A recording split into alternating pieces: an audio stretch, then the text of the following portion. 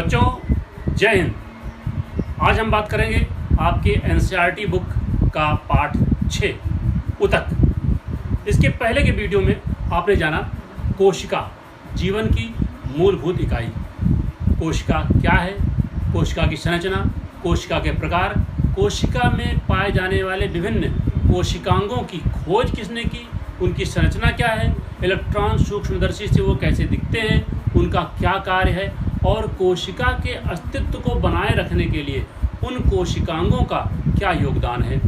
Prokaryotic eukaryotic कोशिकाओं में क्या भिन्नता पाई जाती है, ये कोशिकाएं कहाँ पाई जाती हैं, किस प्रकार के जीवों में पाई जाती हैं और एक कोश की तथा बहुकोश की जीवों में कोशिका का क्या महत्व है। इसके पहले की कक्षा में हम लोगों ने जाना कि कुछ जीव एक कोशिकीय होते हैं, अर्थात उनके जीवन की सभी क्रियाएं एक ही कोशिका के अंतर्गत संपन्न हो जाती हैं, जैसे अमीबा, जुगलिना, पैरामीशियम, ईस्ट, ये सभी एक कोश की जीव हैं। इनके शरीर में होने वाला उत्सर्जन, श्वसन, पोषण, पाचन, प्रजनन, ये सभी क्रियाएं एक ही कोशिका के भीतर संपन्न होती हैं। परंतु इसके अतिरिक्त कुछ अन्य भी जीव ऐसे हैं जिनके शरीर में लाखों कोशिकाएं पाई जाती हैं, परंतु सभी कोशिकाएं सभी कार्य संपादित नहीं करती। विशेष कार्य करने के लिए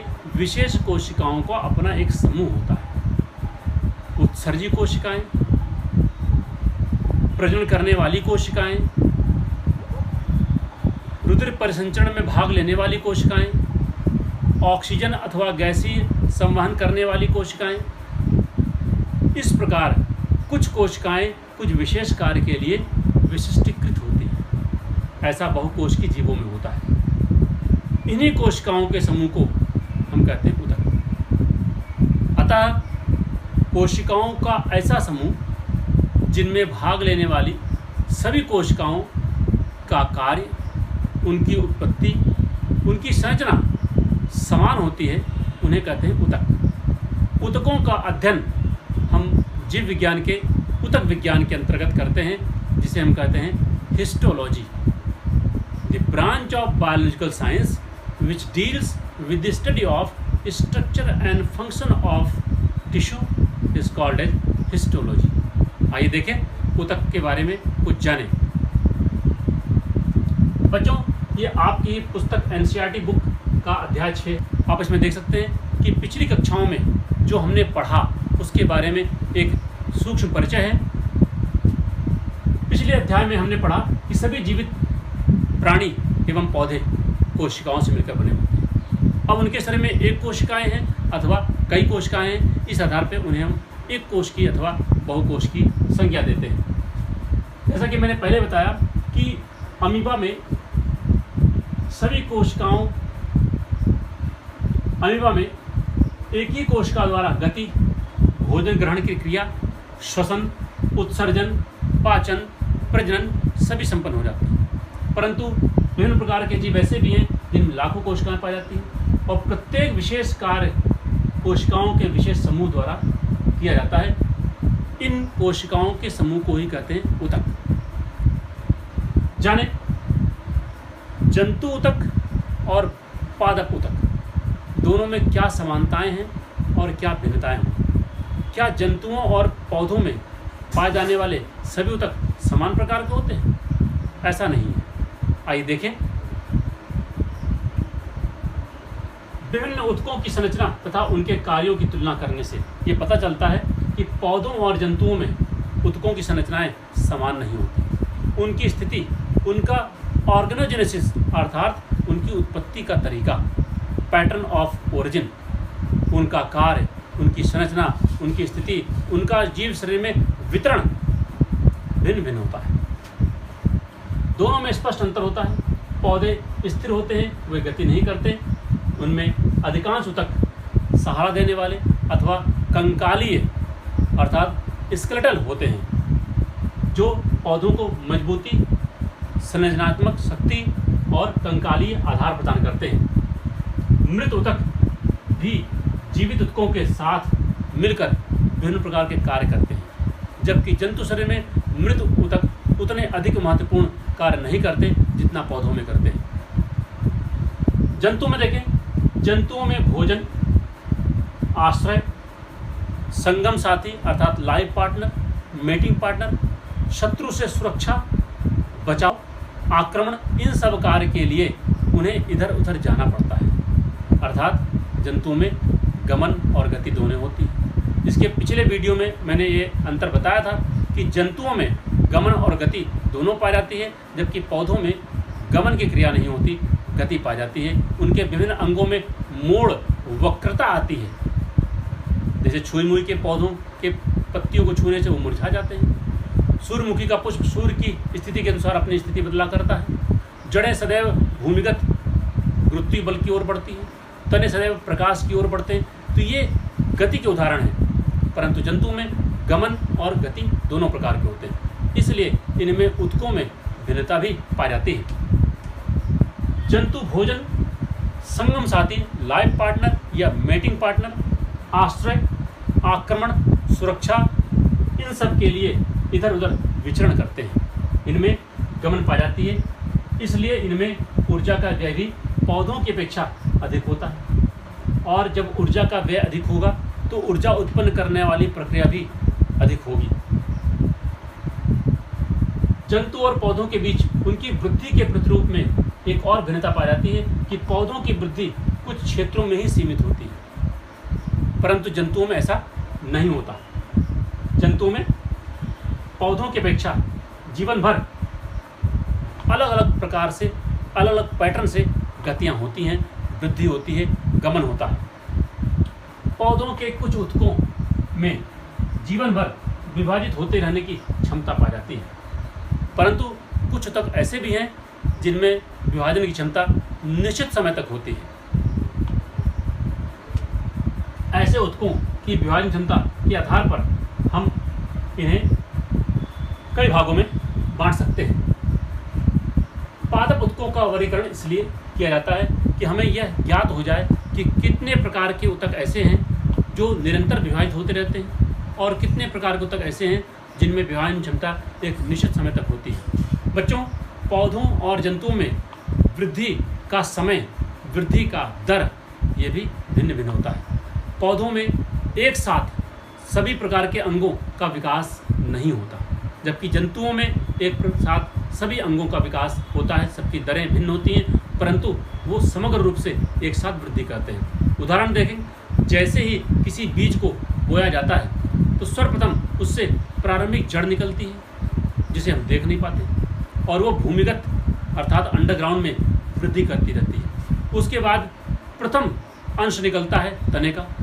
जब तने की वृद्धि होती है तो ढेर सारी उसमें पत्तियां भी निकलती हैं, परंतु उस वक्त पुष्प नहीं निकलते। फिर समय आता है पुष्पन का, पुष्प निकलने लगते हैं और उस वक्त फल की उत्पत्ति नहीं होती। जब फल उत्पन्न हो जाते हैं तो पुष्प हमें पौधों में नहीं दिखते, और फल के उत्पत्ति के पश्चात उसमें बीज निर्माण होता है। इस प्रकार हमने देखा कि पौधों के 3 कायिक और 3 जरणिक भाग होते हैं। कुल 6 भाग मुख्य रूप से पाए जाते हैं: जड़, तना, पत्ती, फूल, फल और बीज। क्या ये सभी भाग पौधों में एक साथ उत्पन्न होते हैं? ऐसा नहीं है, एक के बाद क्रमशः उत्पन्न होते हैं, जबकि जंतुओं में शरीर के सभी अंग एक साथ बनते हैं। जंतु जन्म के साथ अपने सभी अंगों के साथ आता है। मनुष्य का उदाहरण लें, मानव शिशु का जब जन्म होता है तो उसके शरीर में सारे अंग बने हुए होते हैं, मात्र उनके वृद्धि और विकास की आवश्यकता होती है। देखें क्या और भी अंतर पाए जाते हैं जंतु और पादप ऊतकों में। पादप ऊतकों में वृद्धि अथवा विभज्योतक तथा स्थायी ऊतक होते हैं, अर्थात निरंतर विभाजनशील करने वाले और निश्चित समय तक विभाजन करने वाले ऊतक। अतः जंतुओं में विभाज्य और अविभाज्य क्षेत्र की कुछ सीमा नहीं होती, परंतु पौधों में ऐसा होता है। अंगों और अंगतंत्रों का संरचनात्मक संगठन जटिल पौधों की अपेक्षा जटिल जंतुओं में अधिक विशिष्ट और सीमित होता है। अर्थात ऊतकों के प्रकार, ऊतकों की व्यवस्था और ऊतकों की उत्पत्ति का जो प्रक्रिया है वो जंतुओं में अधिक जटिल होता है पौधों की अपेक्षा। यह मूल अंतर जीवधारियों को दो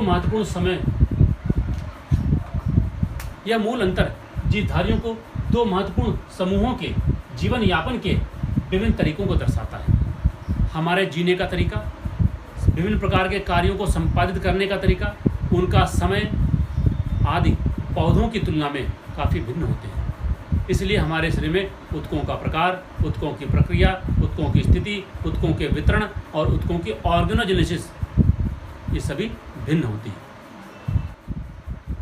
बच्चों, आइए एक छोटा सा प्रयोग जो आपकी ही किताब में छपा हुआ है उसको देखें। तो शीशे का जार लेते हैं और उसमें पानी भर लेते हैं। देखिए ये फिगर दिया हुआ है। दो शीशे के जार में हमने पानी भर लिया और दोनों पर हमने एक एक प्याज रख दी, जैसा कि चित्र में दिखाया गया। कुछ दिनों तक दोनों प्याज के मूल की लंबाई नापते हैं, अर्थात जो नीचे जड़ें निकल रही हैं उसकी लंबाई नापते हैं। पहले दिन कितनी लंबी, दूसरे दिन कितनी लंबी, इस प्रकार से लंबाई नापकर एक तालिका में उसको लिखते जाते हैं। पहले, दूसरे, तीसरे दिन मूल की लंबाई को नापते हैं। दूसरे जार में रखी हुई जो प्याज है उसके मूल को चौथे दिन हमने 1 सेंटीमीटर काट दिया। इसके बाद दोनों जार में रखी प्याज के मूल की लंबाई को 5 दिनों तक निरीक्षण करें और उनकी लंबाई को हम नोट करते जाएं, ये तालिका बनाकर। हम क्या देखते हैं, किस जार में रखी हुई प्याज की मूल अधिक लंबी हुई। हमारे द्वारा मूल के ऊपरी हिस्से को काट लेने के बाद भी क्या वृद्धि निरंतर होती रहती है? जब हम जार 2 में रखी प्याज की मूल के ऊपरी हिस्से को काटते हैं तो क्या वृद्धि करना बंद कर देती है अथवा वृद्धि करती रहती है? इन सभी का जब हम अवलोकन करेंगे तो हमें पता लगेगा कि पौधों में वृद्धि एक निश्चित भाग में ही होती है, और वो इसलिए होती है क्योंकि उस निश्चित भाग में निरंतर विभाजन करने वाली कोशिकाएं पाई जाती हैं, जिन्हें हम कहते हैं विभज्योतिकी ऊतक। अर्थात पौधों के कुछ भागों को काटने के बाद उनका पुनः निर्माण हो सकता है, क्योंकि विभाजनशील कोशिकाएं पाई जाती हैं, ऊतक पाए जाते हैं। परंतु कुछ ऐसे भी भाग हैं जिनको काटने के बाद उनका पुनर्निर्माण नहीं होता अथवा धीमी गति से होता है, क्योंकि विभाजन करने वाली कोशिकाएं वहाँ या तो अनुपस्थित होती हैं अथवा उनकी मात्रा बहुत कम होती है। इसके बदले वहाँ पर स्थायी ऊतक अधिक होते हैं। तो बच्चों, ये अंतर आपको ज्ञात हो गया होगा कि विभज्योतिकी ऊतक और स्थायी ऊतक। विभज्योतिकी ऊतकों का निर्माण निरंतर विभाजनशील कोशिकाओं से होता है और स्थायी ऊतक ऐसे ऊतक होते हैं जिनकी कोशिकाओं में विभाजनशीलता पूर्ण रूप से अथवा कुछ समय के लिए समाप्त हो चुकी होती है। ऐसे ऊतक स्थायी ऊतक कहते हैं। तो आज हम लोगों ने जाना पौधों में पाए जाने वाले विभज्योतिकी ऊतक और स्थायी ऊतक में मूलभूत अंतर क्या होता है। इसके आगे की चर्चा हम अगले वीडियो में करेंगे। आइए इन प्रश्नों का समाधान ढूंढें। ऊतक क्या है, बहुकोशिकीय जीवों में ऊतकों का क्या उपयोग होता है, पौधों और जंतुओं में मूल रूप से ऊतकों में क्या अंतर है, पौधों में विभज्योतिकी और स्थायी ऊतकों में क्या भिन्नता पाई जाती है। इन तथ्यों का मनन करें और जैसा कि आप स्क्रीन पर देख रहे हैं, स्क्रीन पर आपकी एनसीईआरटी बुक को लाया गया है। आप इनको देखकर आप नोट्स बना सकते हैं। जो लेक्चर्स हमने दिया उससे आप सारगर्भित नोट्स बना सकते हैं और व्हाट्सएप नंबर पर आप अपने प्रश्न पूछ सकते हैं, आप अपने उत्तर पा सकते हैं। ये है व्हाट्सएप नंबर। जय हिंद, जय भारत।